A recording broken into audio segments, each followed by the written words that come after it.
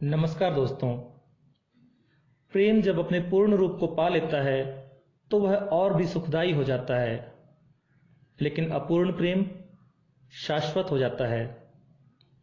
आज की हमारी कहानी का नायक ऋषि एक मध्यम वर्गीय परिवार से है, जो नौकरी के सिलसिले में शहर में आ बसा। 14 वर्षों बाद आज प्रेम की पूर्णता को पाकर भी किस तरह उसका प्रेम शाश्वत बनकर ही रह गया, यह बहुत ही हृदयस्पर्शी है। लीजिए प्रस्तुत है आधुनिक कहानियों के खजाने से निकली कहानी काश। काश। जाने क्यों आज अचानक घर की दीवारों पर धूल के कण स्पष्ट दिखाई देने लगे थे। कोनों में मकड़ियों के जाले, दरवाजे के पीछे, छत पर लगे पंखे में। सोचा चलो आज घर की सफाई ही कर ली जाए। राधिका भी अपने पति को काम में लगा देख खुश हो जाएगी। यही तो एक अभिलाषा होती है उसकी अक्सर, कि ऋषि कभी टेलीविजन, अखबार और बिस्तर को छोड़कर घर के कामों में उसका भी हाथ बटाए। आखिर इतना ही तो परिवार था उनका, गांव से दूर इस बड़े से शहर में। समझ में नहीं आ रहा था कि आखिर शुरुआत कहां से करें।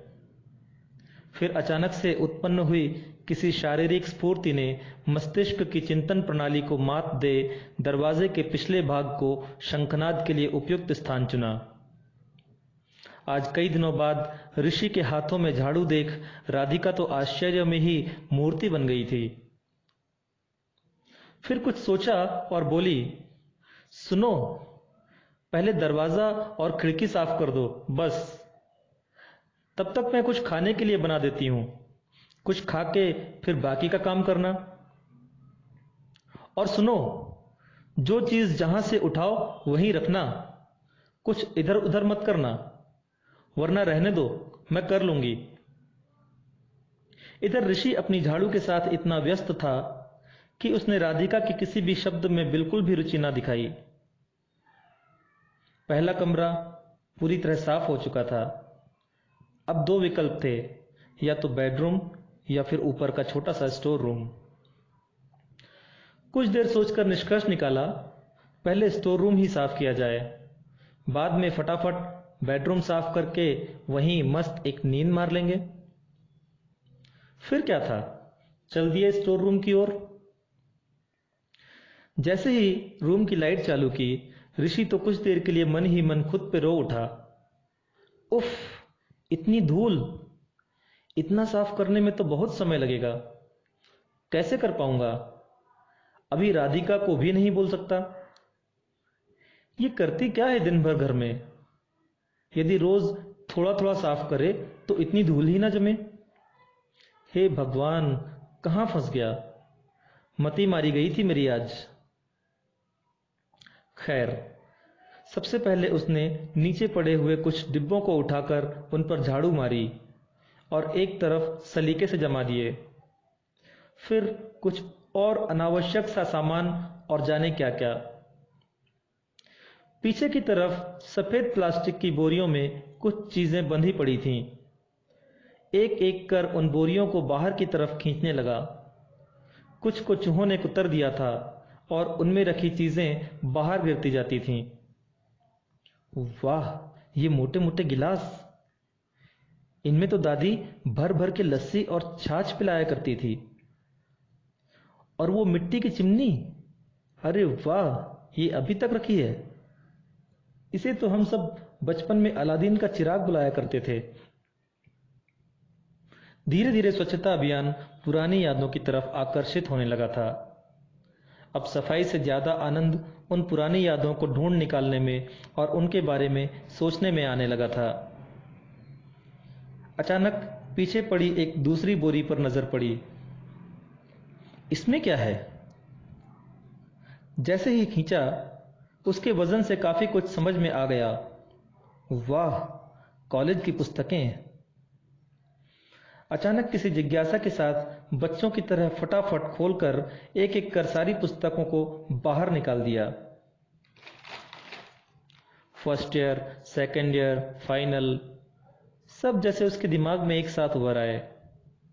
जिस भी किताब के जिस भी पन्ने को खोलता, कोई ना कोई याद बाहर आकर उसे और भी मंत्रमुग्ध कर देती। कितना खूबसूरत होता है बीती हुई खूबसूरत यादों में खो जाना। देखते देखते हाथ अचानक हिंदी साहित्य की उस किताब पर आकर जा रुके। रामायण जितनी मोटी किताब, इसके भी पन्ने उल्टे। सहसा किसी पन्ने पर कुछ ऐसा दिखाई दिया कि ऋषि सन्न बन्न रह गया। उसे कुछ सूझ ही नहीं रहा था कि आखिर वो क्या करे, कहाँ जाए, किसे बताए, खुशी प्रकट करे या दुख में रोए। बीते हुए हर एक साल क्षण भर में उसकी आंखों के सामने से गुजरने लगे। आज उसे मालूम पड़ा कि प्राची से जुड़ी कितनी सारी स्मृतियों को उसने हृदय में कहीं गहराइयों में छिपा रखा था। हालांकि जाने अनजाने कुछ स्मृतियां अब भी उसके मस्तिष्क में उतर आया करती थीं, लेकिन अब वह इनसे प्रभावित ना होना सीख चुका था। लेकिन आज तो जैसे भावनाओं के खंडहर की नींव ही हिल गई। अक्सर हम अपने भीतर के दुख को छुपाने के लिए उस पर नई नई परतें चढ़ाते रहते हैं, और कुछ समय बाद अनुभवों और घटनाओं की ये परतें इतनी घनी हो जाती हैं कि भीतर का दुख कहीं दब जाता है, लेकिन खत्म नहीं होता। आज अचानक ऋषि ने अपने ही हाथों उन परतों को छेड़ दिया था। उसे अच्छी तरह से याद है कि इस पन्ने को उसने लगभग 14 साल पहले दिन के कितने बजे देखा था, और उसी समय तुरंत प्राची के घर जाकर उससे शिकायत भी की थी। जब हिंदी साहित्य तेरा सब्जेक्ट ही नहीं है तो तू मेरी बुक लाई ही क्यों थी? तू कब से हिंदी साहित्य में इतना इंटरेस्ट लेने लगी? अरे मुझे नहीं पढ़ना था तेरा हिंदी साहित्य, वो तो पापा ने वो बुक मांगी थी, मुझे पता था तेरे पास होगी, सो उठा लाई। अच्छा, और पापा ने एक दिन में इतनी मोटी बुक पढ़ भी ली? पागल समझा है क्या? मुझे क्या पता उन्होंने पढ़ी या नहीं, काम हो गया तो वापस कर दी तुझे। ठीक है, मुझे उससे दिक्कत नहीं है, लेकिन मैं अपनी बुक में फर्स्ट पेज के अलावा कहीं कुछ भी नहीं लिखता हूं। फिर तूने क्यों लिखा उसमें, वो भी पेन से? बेवकूफ कहीं की। कहां, क्या लिखा है मैंने? उसमें तूने मेरा नाम लिखा है, एक पेज पर देखा है मैंने। क्या लिखा है? ऋषि? ऋषि नहीं, जिस नाम से तू मुझे बुलाती है, ऋषु। मैंने नहीं लिखा। कौन से पेज पे है? अच्छा, तेरी राइटिंग नहीं जानता क्या मैं? और उतनी मोटी बुक में पेज नंबर कौन याद रखेगा भला? आइंदा मेरी बुक छूना भी मत, समझी? बस इतनी ही बात हुई थी उस दिन।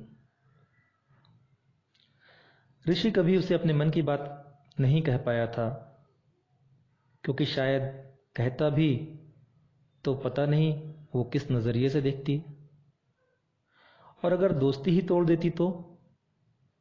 और इस तरह एक एक साल खत्म होता गया। इसका निश्चल मन कभी अपनी भावनाओं को उससे खुलकर कह ही न सका, और वो भी कभी इसकी जद्दोजहद को समझ ही ना पाई। हालांकि उसने कोशिश की थी, लेकिन उसे क्या पता था कि उसकी बात इसके दिमाग को समझने में इतना लंबा समय लगेगा। पूरे 14 साल, वो भी इस तरह जब दोनों की दुनिया अलग अलग बस चुकी हो। ऋषि स्तब्ध था, उसकी आंखें गीली हो गई थीं। वो बार बार नीले पेन से लिखे अपने नाम को पढ़ रहा था, ऋषु, उसी जानी पहचानी लिखावट में। पेज नंबर पर गोला लगा हुआ था, जिसे उसने 14 साल पहले इग्नोर कर दिया था। आज ध्यान दिया, पेज नंबर 143।